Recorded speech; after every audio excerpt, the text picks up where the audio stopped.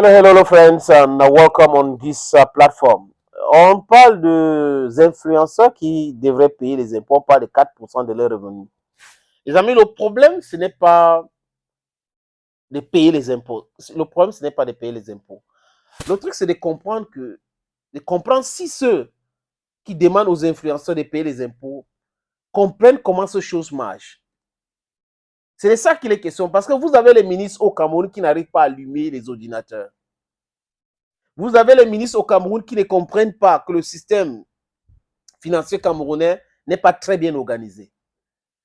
Vous avez les ministres au Cameroun, quand ils dorment, ils réfléchissent, ils disent, OK, on va des niches de finances, on va faire comment? Bon, il y a l'argent qu'on peut prendre là-bas, on peut prendre ici. Et ce qui est dangereux avec la dictature, les amis, c'est quoi? C'est que même quand ils sont dans le non-sens, il y a certaines personnes qui essaient d'expliquer cela. Oui, on trouve les gens qui ne comprennent pas grand-chose dans le sujet en question, mais qui essayent quand même de donner leur avis, qui disent oui, les gens doivent payer les impôts. C'est normal. Si vous êtes dans certaines activités où il y a beaucoup, à l'époque, il y avait ce qu'on appelait pool tax, donc les taxes directes. N'est-ce pas? Il fallait aller acheter votre impôt pour montrer que vous avez payé l'impôt. Mais aujourd'hui, c'est des impôts indirects pour la plupart, hein, les commodités que nous consommons. Et aujourd'hui, les gens aussi qui font dans l'activité des services et autres devraient payer les impôts. On est d'accord là-dessus. Si les autres secteurs sont organisés, est-ce que le secteur des influenceurs au Cameroun est encadré par une loi? Quand on a fini de répondre à cette question, nous allons comprendre pourquoi les gens qui ont décidé que les influenceurs payent les impôts sont hors sujet. Rappelez-vous les taxes foncières au Cameroun. Ça a marché? Ça n'a jamais marché. Parce que ça ne respectait aucun cadre. Je vais vous parler aussi des permis à points que Robin Kili voulait tellement impliquer au Cameroun, appliquer au Cameroun. J'ai dit à l'époque là que ces permis à points ne peuvent pas marcher parce qu'on n'a pas les terminaux pour réduire les points et toutes les adresses. Il n'y a pas. Donc, il ne faut pas seulement singer ce qui se passe ailleurs.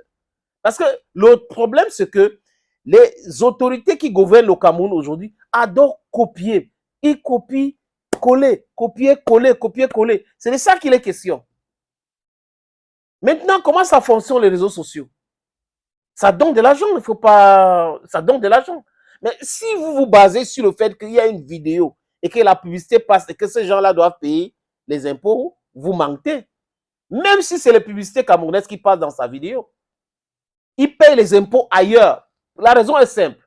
Le Cameroun ne fait pas partie des pays à qui ces réseaux-là ont validé la monétisation. Donc, le Cameroun n'est pas monétisé. Je répète, le Cameroun n'est pas monétisé. Le secteur n'est pas encadré. Les autorités du ministère des Finances devraient plutôt aller à Silicon Valley, aller en Chine rencontrer TikTok et les autres, hein, pour les convaincre avec certains éléments pour monétiser le Cameroun. Le Ghana est monétisé. L'Afrique du Sud est monétisée.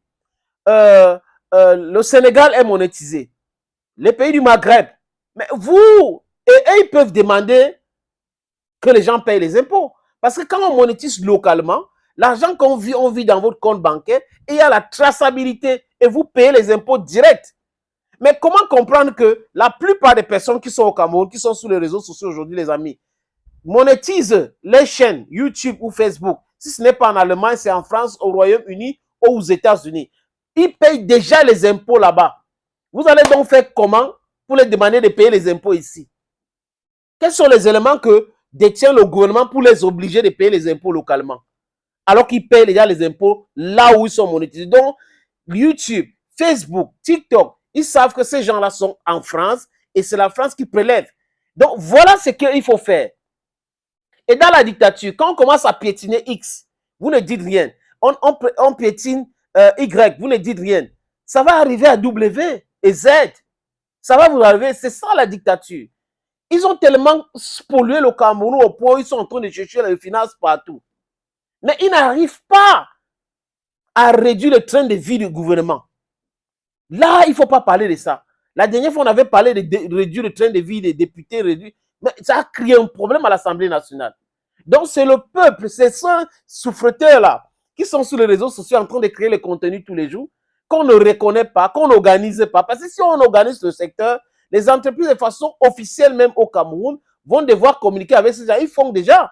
Mais ces entreprises, je vais vous dire, les amis, quand ils appellent un influenceur ou quelqu'un dit influenceur, ils donnent l'argent et ils prélèvent les impôts là-dedans directement. C'est direct. Donc, on vous dit, on va vous donner 100 000, mais vous allez venir avec votre facture. Ils prélèvent directement. C'est de ça qu'il est question. Donc, le secteur n'est pas organisé, totalement abandonné, mais les gens veulent venir prélever là où ils n'ont rien fait. Donc, si vous regardez beaucoup de secteurs au Cameroun, ils ne veulent pas. Les artistes n'ont pas de statut. Bientôt, vous allez entendre que pour sortir un album, des chansons, vous allez commencer à payer les impôts. C'est là où les gens vont commencer à se réveiller. Il y a un problème ici, là. C'est de ça qu'il est question. Donc, comprends ça, le Cameroun n'est pas monétisé. Chère gouvernante, le Cameroun n'est pas monétisé. Ceux qui sont au gouvernement devraient savoir. Faites en sorte que le Cameroun soit monétisable. Et là, ça sera facile de prélever les impôts. Tout le monde va chercher à avoir son argent directement. Il ne va pas laisser ça payer les impôts aux États-Unis, payer les impôts en France, payer les impôts en Allemagne, payer les impôts en Chine. Et vous leur demandez, quand on va les envoyer l'argent par transfert et autres, ils viennent payer les impôts. Comment vous allez savoir donc sur l'argent? Voilà donc, les amis, comment le pays fonctionne. Et certaines personnes vont venir essayer d'expliquer, de vous parler des choses qu'ils ne maîtrisent même pas.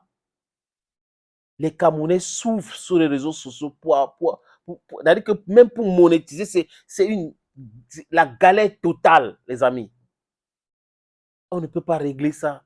Ils sont là, on est dans les bureaux en train de tourner. Oui, ce sont les influenceurs. Les choses que vous voyez là sur les réseaux sociaux, les gens sont dans les grandes maisons, les hôtels, les ceci, les voitures. C'est faux, hein. Ça s'arrête sur les réseaux sociaux là. La réalité les attrape. Quand ces gens-là sont malades, les influenceurs, quand ils ont les problèmes, vous voyez comment ils triment, non? Non.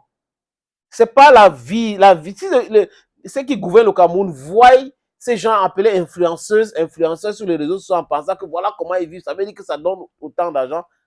Ça veut dire qu'ils ne comprennent rien dans cette histoire. Commencez par vous battre pour que le Cameroun soit monétisé. Tant que le pays n'est pas monétisable, ça sera difficile de faire tout ce que vous faites là. Il faut un statut donc pour les influenceurs. C'est de ça qu'il est question. Thank you, friends. Thank you for watching. We'll take the appointment for some other time. Bye-bye.